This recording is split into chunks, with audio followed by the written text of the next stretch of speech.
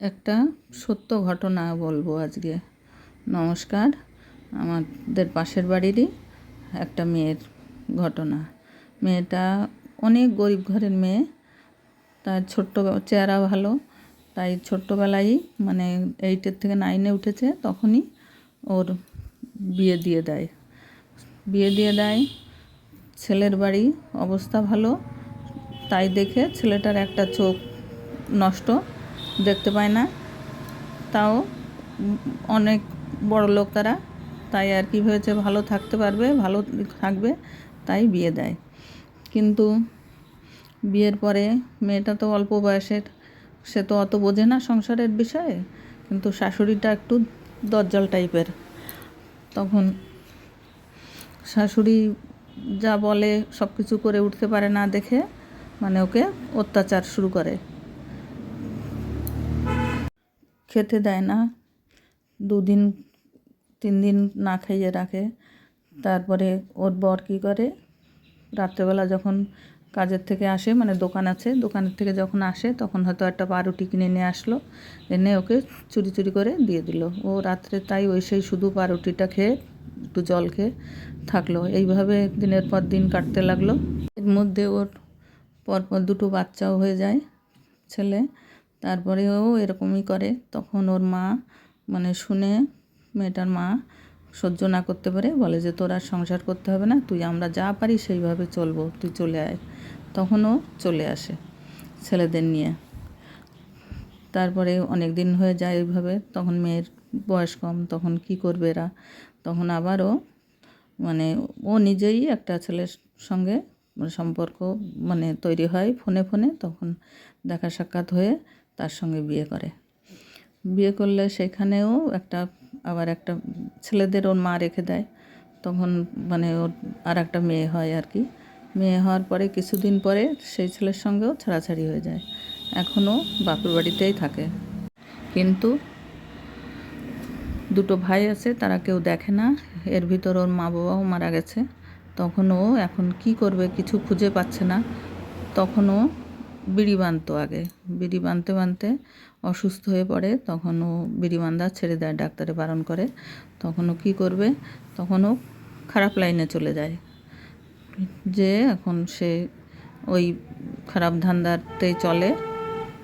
একদিন গ্রামের মানুষ ছেলেরা ধরে মারেও, অনেক পিটায় আর কি, নাক মুখ ফেটে রক্ত বেরিয়ে যায়। তারপরে সেইভাবে আছে, তাও খাবে কি, তা সেই কেস ক্লেম করে আবার সেই রাস্তায় চলে। মানে এটা বাড়িতে বসেই হয় আর কি ওর। সেই জন্যে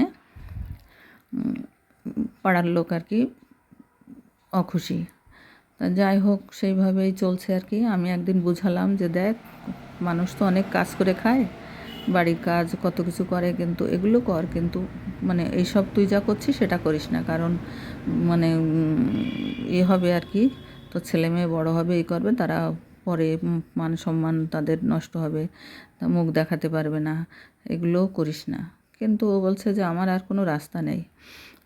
না বুঝলে আর তারা কি বুঝিয়ে কী করব।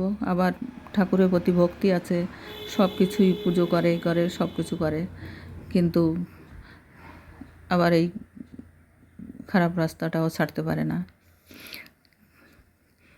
তা এখন মাঝে মাঝে বলে, কাঁদে আর কি, যে কি করব বৌদি, আমি অসহায়, তাই আমার এ রাস্তা ছাড়া আর কোনো গতি নাই। এটা তো ভালো রাস্তা না, সেটা তো আমিও জানি, এটাও একটা দুঃখের রাস্তা।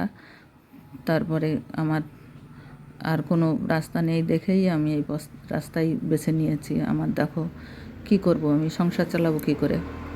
ছেলে মেয়ের সামনে তো আমার 2টো ভাত অন্ন তাদের দিতে হবে, যদি না খেয়ে থাকে আমি কি করে করব। পেট তো আর বোঝে না, পেটের জ্বালা বড় জ্বালা। সেই জন্যে আমার কোনো দিকে তাকালে হবে না। কেউ তো সবাই শাসন করে, সবাই খারাপ কথা বলে, কিন্তু আমার হেল্প তো কেউ করে না। তা সেটাও ঠিক কথা। এখন আমি তবু আরও তো রাস্তা আছে না, কর্ম করার রাস্তা আছে, সেইটা বলি আর কি। কিন্তু ও যখন শোনে না, তখন আর আমাদের বলে আর কোনো লাভ নেই। তাই এখন এইভাবেই চলছে আর কি মেয়েটার। এখন বড় ছেলেটা কোথায় একটু বড় হয়েছে, এখন কোথায় চলে গেছে। ছোটটা আছে কাছে আর মেয়েটা আছে কাছে। মেয়েটা তো এখন ছোট, প্রথম সংসারের ছেলে আর দ্বিতীয় সংসারের মেয়ে, এই নিয়ে এখন ওদের নিয়েই ওর সংসার এখন এইভাবে চলে। এখন আর কিছু ওর করার নেই। আমি বলছি, দেখ শেষ বয়সে ছেলেরা বিয়ে করলে, মেয়ে বিয়ে দিয়ে দিলি, তখন যদি তারাও মেনে নেবে না বৌমারা, তখন কিন্তু তোর খুব দুর্গতি আরও বেশি বাড়বে। তা বলে, বৌদি যা হয় হবে, আমার কিছু করার নেই। শুধু ওই একটা কথাই বলে মা বাবার আশীর্বাদ আছে আমার মাথার উপরে, আমি ঠিক বেঁচে থাকবো। তা মা বাবার আশীর্বাদ আছে ঠিক আছে, কিন্তু মা বাবা তো বলেনি যে তুই এই রাস্তায় মানে যা, ভালো কর্ম করে খা, কষ্ট হলেও, সেইটাই তারা হয়তো বলতো। এখন তোর যা ভালো লাগে দেখ কি করবি।